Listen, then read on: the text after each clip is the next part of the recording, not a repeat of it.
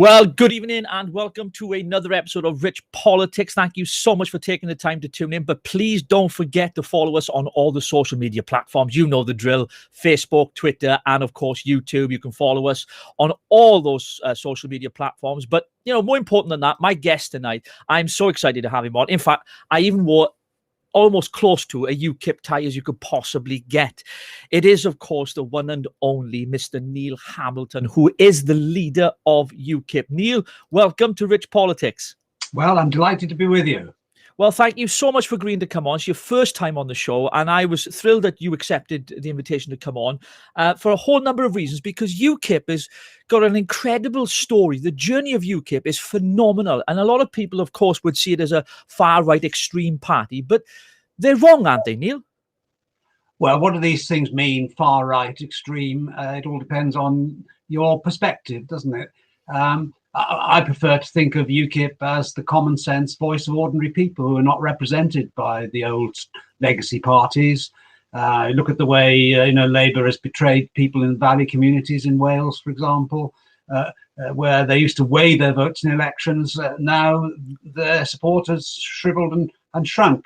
The Tories similarly have betrayed a lot of what their natural support base would have wanted to see achieved.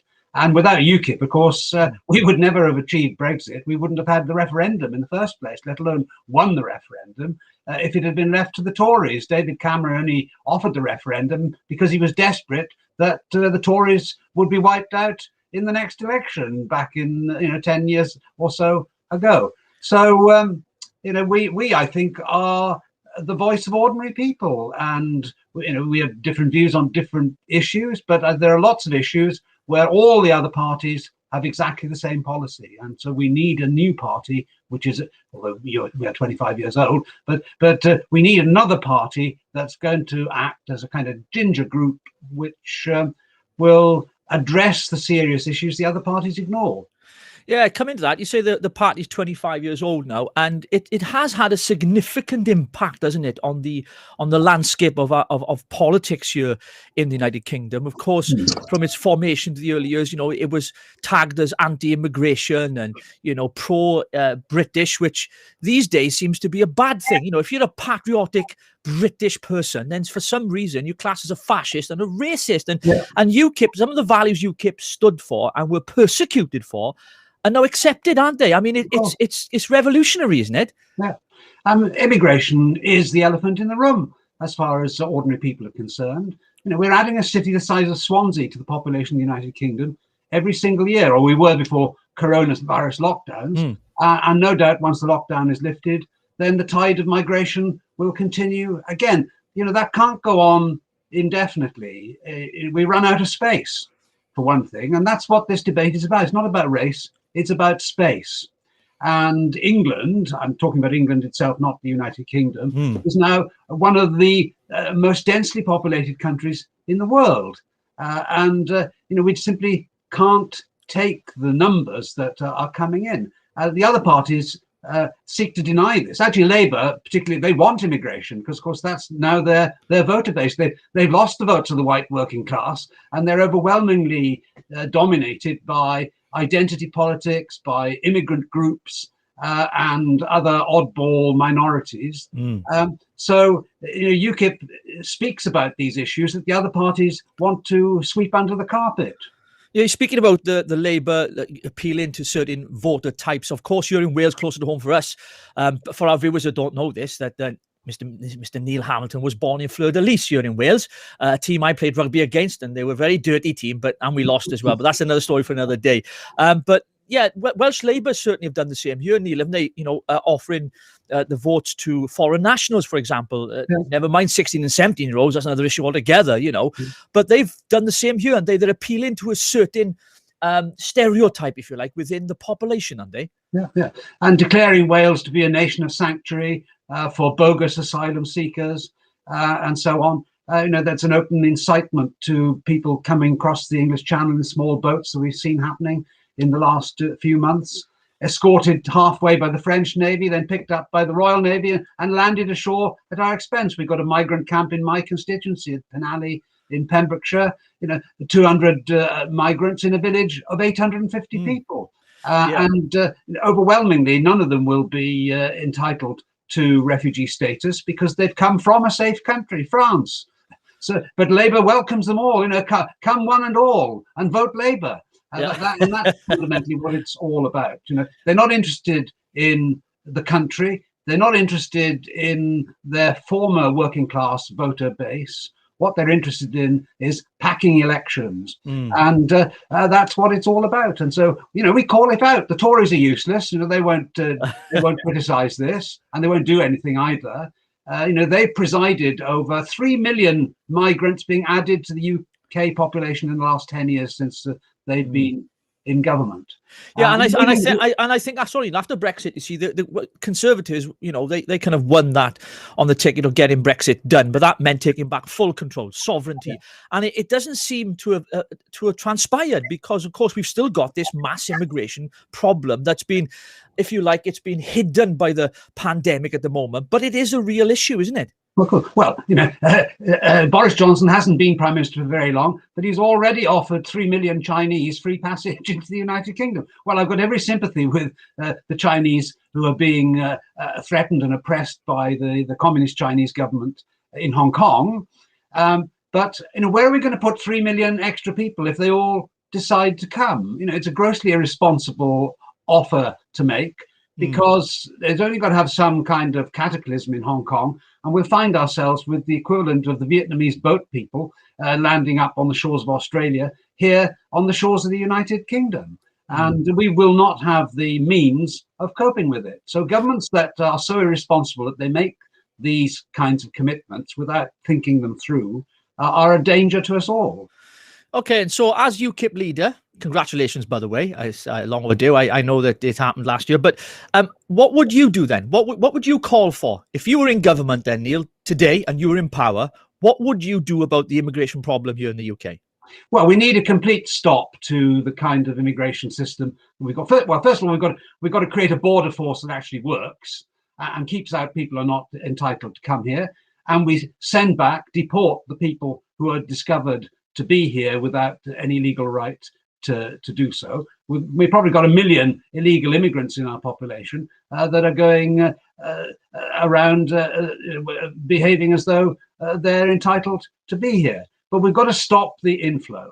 And in order to do that, we have to have a visa system and a point system for immigration that actually works. And the Tories' so-called point system is simply not going to affect the inflow by any great amount. So we've got to take a decision that unskilled workers from abroad are on the whole not necessary. We've got people in our own country on poverty wages whose wage levels are being driven down by the numbers of people who are coming from abroad without skills and are competing with them in the labour market.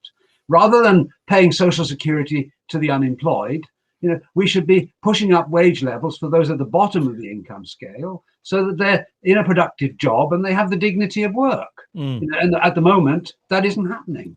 So, UKIP would take a tough attitude towards the immigration rules, and we would put a cap on the numbers. And without doing that, you won't succeed.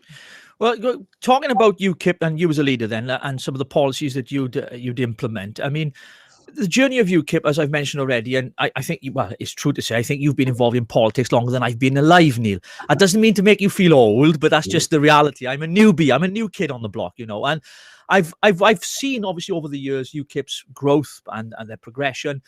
Of course, there's lots of mistakes that they made in the past, isn't there? And there's things that they could have done better. Do you think there's some things you regret that the party's done, not you particularly, but the party itself, that they've learned lessons from?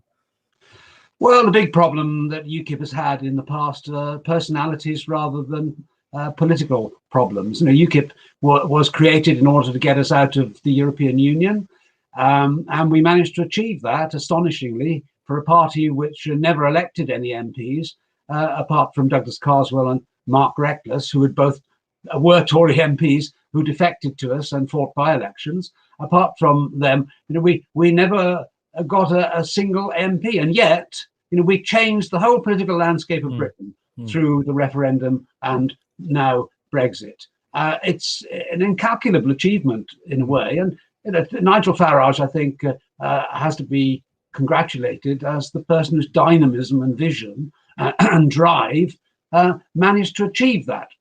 But we've had a lot of ego problems in UKIP in the past, and leaders who have not been prepared to listen and think things through and weren't prepared to create effective teams of members to make the party effective, apart from on that one issue. And that's been the fundamental problem with UKIP. It's infighting, internal feuds. All that's now at an end. And I'm trying to focus the party on the problems of today, political problems of today, and the future of Britain post-Brexit, which is something that nobody seems to be talking about at the moment, apart from me. Well, Neil, can I interrupt you? Yeah, you are right, because I've been, obviously, for the programme tonight, I was doing some research, and, I get this sense from you that this is like not a rebranding of UKIP, because, you've got your brand and it's strong. It's almost like a new start for you. I watched them on social media, it might be on your Twitter platform, I'm not sure, but you said, UKIP is back. Is it back? It is back. Obviously, after the referendum, a lot of people thought, well, UKIP's job's done now, we can pack our bags and go home. So we did take a hit in the number of members on that basis. Then we had Theresa May's complete cock-up of the process of leaving the EU, and our membership went up again quite rapidly. Then we had a lot of internal problems, which caused the membership to go down again. Well, we plateaued, and we're now increasing our membership. We brought back substantial people like Lieutenant General Jonathan Riley, who's now our defence spokesman. Katie Hopkins has joined the party recently, and she's a great campaigner, got a massive following on social media, etc., except that she's been banned by some of the tech-taters and so on, who are imposing a censorship on the people whose political views they don't like. But UKIP is now beginning to grow again and to make progress. And we've got elections in 3 months' time in Wales, of course, for the Senedd and for local government. In England, we've got local elections. In London, we've got elections. Scotland, and we'll be putting up candidates, and hopefully we'll make some progress. Yeah. I was going to say on that, when Katie Hopkins made the announcement, I mean, she's like Marmite, a little bit like a lot of the characters we get involved in politics. Nigel certainly, Farage was the same. You mentioned him earlier. She is as well, isn't she? But one thing you got to admit about Katie, she is straight speaking. She doesn't mess about. If it's black, it's black. If it's white, it's white. She calls a spade a spade. She's one of those women who, to be quite frank with you, and this is my personal opinion, I got no issues with anything she says. She just says it as it is. And I appreciate someone like that, rather than the underhandedness and the craftiness of people who are in politics. At least you know where you stand with her. And I was surprised. But of course, for UKIP, that must have been a marvelous announcement for you, because, as you've said, she is a dynamic campaigner, isn't she? Yes. And I'd like to encourage others who share her opinions, and also our method of communicating with people, the way in which you express yourself and the way in which you campaign. I want to get more and more people like that into UKIP, so that we can restore ourselves as a massive political campaigning organisation. See, Nigel Farage was a great guy, but he was no good at all at building an effective team, because for Nigel, he has to be the bride at every wedding and the corpse at every funeral. It's all got to be about him.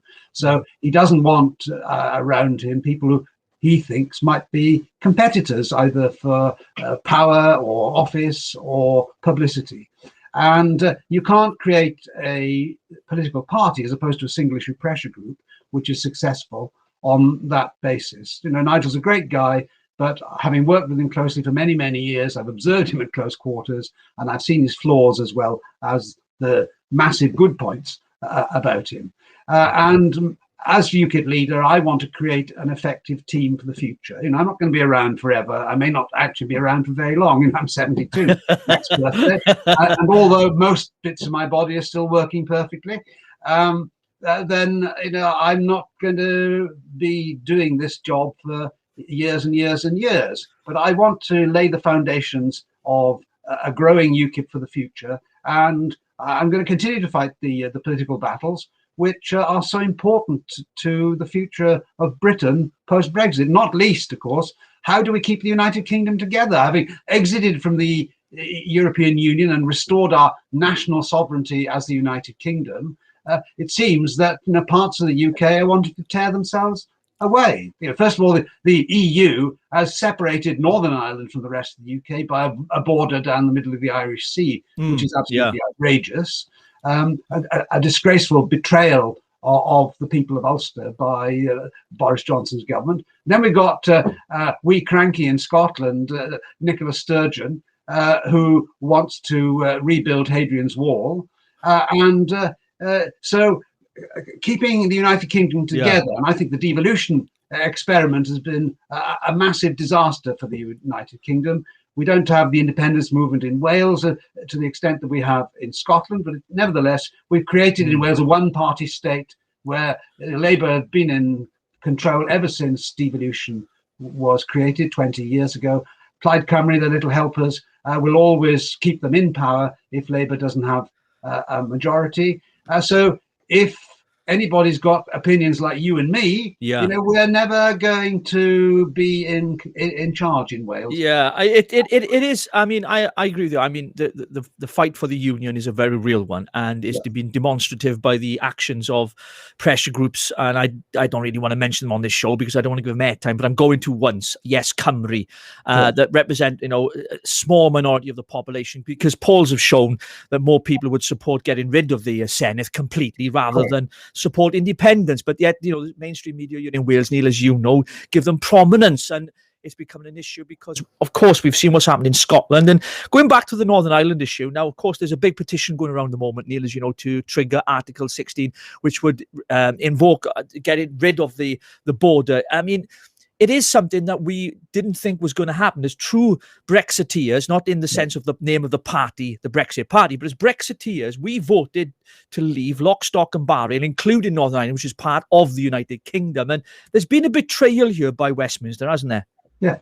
Well, we all know that it's perfectly possible to keep track of goods crossing borders without having border checks. Modern technology can achieve this without any great difficulty at all.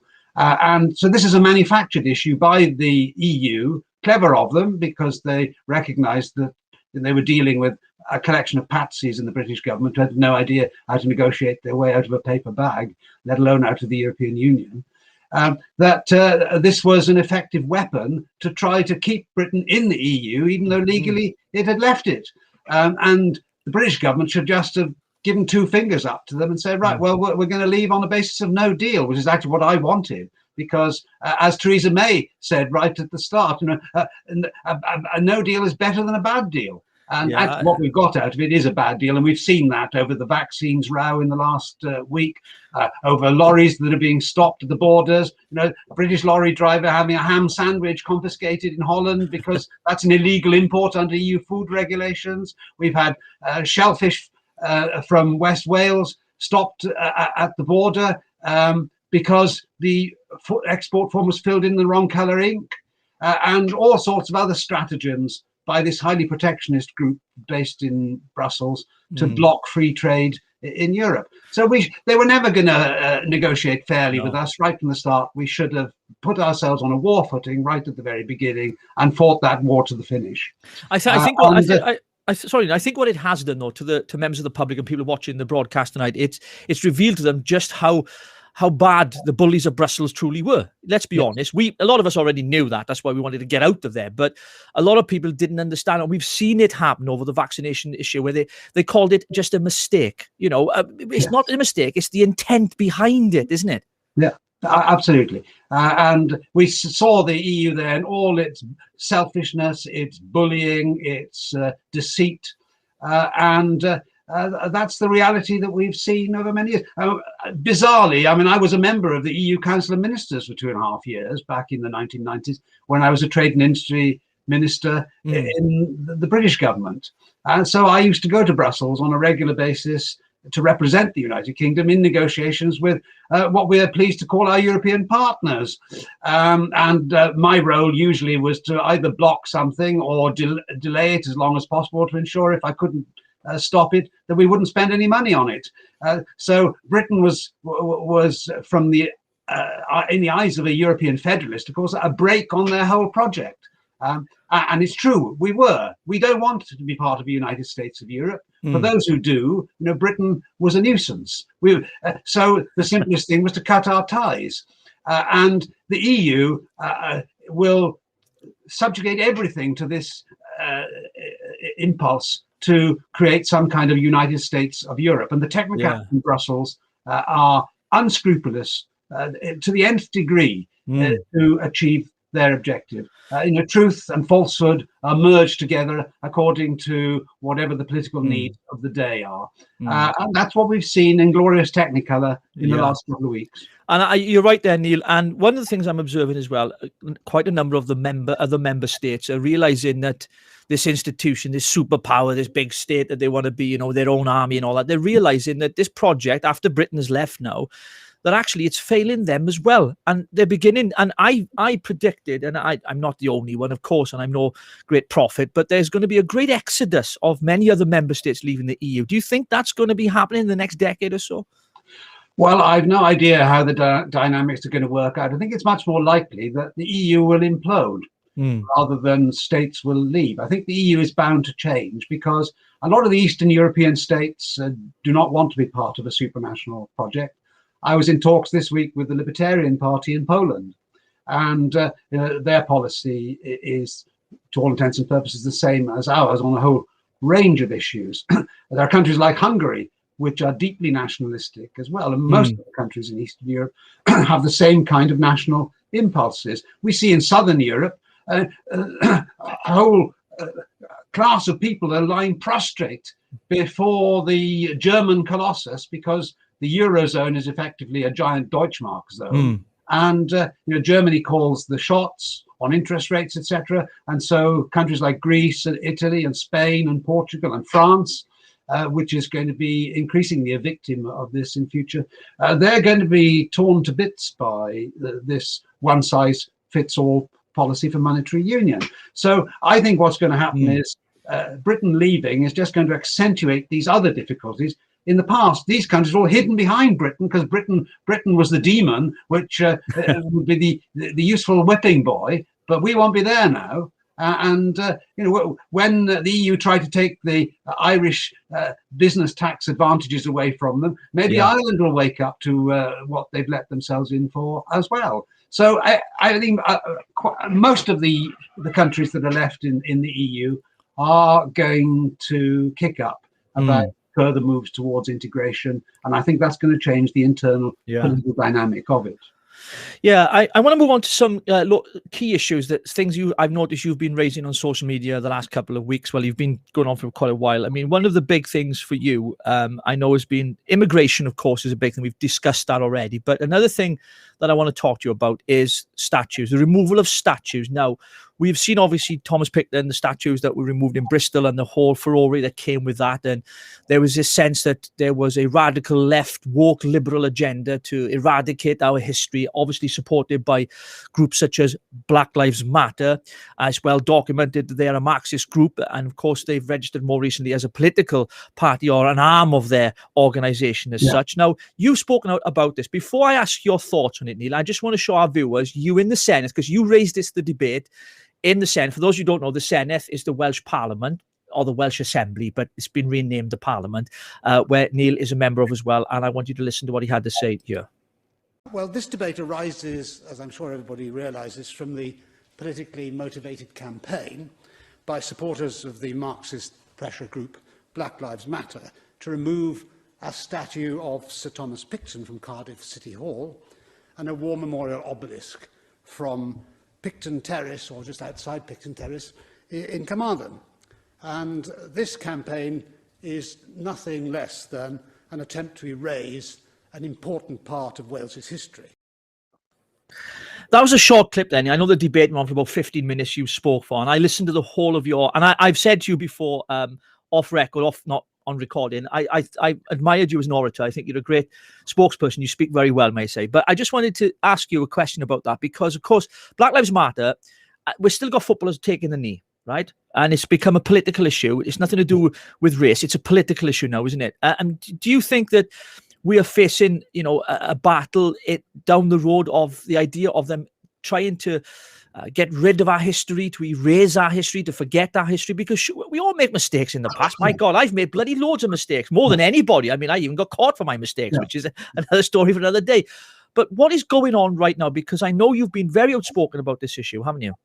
Yeah, this is a totally political campaign by Marxists to try to rewrite British history and to get us to disavow all the great things which Britain has given to the world over the last few hundred years. I'm proud of the British Empire and what it achieved. It was a different age and people had different social attitudes, of course. But, life moves on and people change with the times. We can't rewrite history from a 21st century perspective. I mean, Thomas Jefferson had slaves. George Washington had slaves. Are they planning to take both theirs pictures off American banknotes? George Washington's on the $1 banknote. I think Jefferson's on the $2 banknote. We have to reflect that these men who stood for freedom, albeit not for everybody in the United States in those days, as we would now see it, they stood for freedom and fought against what they regarded as the tyranny of British rule and created a nation which has been a beacon of freedom for the rest of the world, much of which is still sunk in autocratic dictatorships, like China, Russia, and other countries. What Britain gave to the world through the British Empire was the rule of law, first of all, the English language, which now, of course, is the language of commerce worldwide, an incorrupt civil service throughout the empire, and it was a force for good. Of course, there are black marks in everybody's history. History is a checkerboard. It's got black squares as well as white squares. When you look at the calculation in the round, Britain massively benefited the world by its expansion. And we are still, I think, an example to the world, which is why so many people want to come and live here. Why we have to talk in terms of immigration control, because otherwise the country will be swamped by people who think that Britain is the place to be. So the Black Lives Matter movement wants to destroy everything that the whole of the Western world stands for. And they're the ones who are creating racial animosities, actually, where they didn't exist. When I was growing up, racist attitudes were commonplace. My father helped the first black doctor in Wales, Nigerian, called Onibu, to build a practice in the little village pit village of Fleur-de-Lis, on the borders of what was then Monmouthshire and Glamorganshire. I was brought into the world by the hands of a Nigerian doctor. Well, there we go. And I was going to say that, Neil. So for those who UKIP think that they're a far-right racist movement, well, obviously we got the UKIP leader here who was brought into the world by a Nigerian.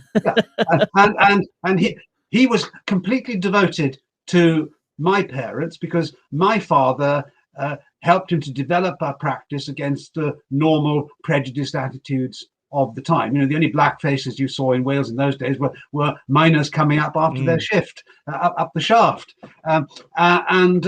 So I'm not going to be lectured by the black racists of today, which is what the Black Lives Matter movement are. They are the racists. They're the kind of reverse racists, if you like. And let's just take General Picton, you mentioned earlier on, who was the highest ranking officer killed at the Battle of Waterloo. He was a lieutenant general, and he was an absolutely fearless individual with a long history of heroism in the whole of the Napoleonic Wars. He was instrumental in pushing Napoleon out of Spain and all the way to Waterloo, where he was killed leading a cavalry charge in that battle. But because in the 1790s he was the governor of a West Indian island, with Trinidad, which we had taken from Spain, where under Spanish law slavery was permitted, he had to to implement the laws which he had inherited from his Spanish predecessors. And so he's been singled out by Black Lives Matter for execration. And the woke Plaid Cymru and Labour parties in particular in Wales want to remove all references to this man. Exeter City Council voted, I think, only last week or the week before to remove a statue of Sir Edward Buller, who won the VC in, I think it was the Zulu Wars, in the late 19th century. These men lost their lives fighting for their country. And now these pygmies, non-entities, nobodies who will never be remembered except for taking down the statues of great men, are supposedly ruling the roost. And we need a government that's going to stand up to this nonsense and call it out for what it is. Just some kind of political attempt to achieve what they can't achieve through the ballot box. Neil, that's fantastic. Well, listen, our time is almost up. So what's the future for UKIP, Neil? What are your thoughts about the elections? I know we got local elections here in Wales. We've got elections around the country, of course. I think the Westminster today, I think it was today, they announced that the elections will go forward in England, certainly. As you know, here in Wales, we've had a debate in the Senate where they've deliberated and given themselves powers to be able to delay the elections. There's no good cause to delay the elections in Wales, is there? Well, if the election is delayed, it'll be because the Labour government in Cardiff thinks that it'll do better if they put it off. It won't be for any reason of principle, I can tell you that. So I voted against the legislation to delay the election. So we'll see. My guess is if the elections are going ahead in England, they'll probably go ahead in Wales as well. But I mean, UKIP is going to carry on fighting the battles that I was talking about earlier on immigration, scrapping foreign aid, getting rid of the devolved parliaments that are tearing the United Kingdom apart. So we need referendum on that. The green scams, where we're pouring billions into the pockets of rich developers, and that's ending up on everybody's electricity bill, so that the poorest in the community are actually subsidizing millionaires. That isn't why I came into politics. So I'm fighting against all that, and so many other things. The political correctness we've just been talking about. So we have a vital role to play as the party that will speak for ordinary people, tell it like it is, and won't be cowed or frustrated from fighting for the things that will make Britain great in an independent country. Well, Mr. Hamilton, thank you very much for coming on Rich Politics. It's been an absolute pleasure, and I hope to get you back on again soon. And I wish you every success and good luck for the elections, both locally and, of course, nationally as well. And to all of my viewers as well, let me just say a huge thank you for tuning in. You can follow Neil on all the social media platforms. I'm sure he'd appreciate it as well. And Neil, just to say thank you for coming on, and I wish you well, sir. It's been my great pleasure. Thank you very much. God bless you all. Catch you the same time, same place next week here on Rich Politics.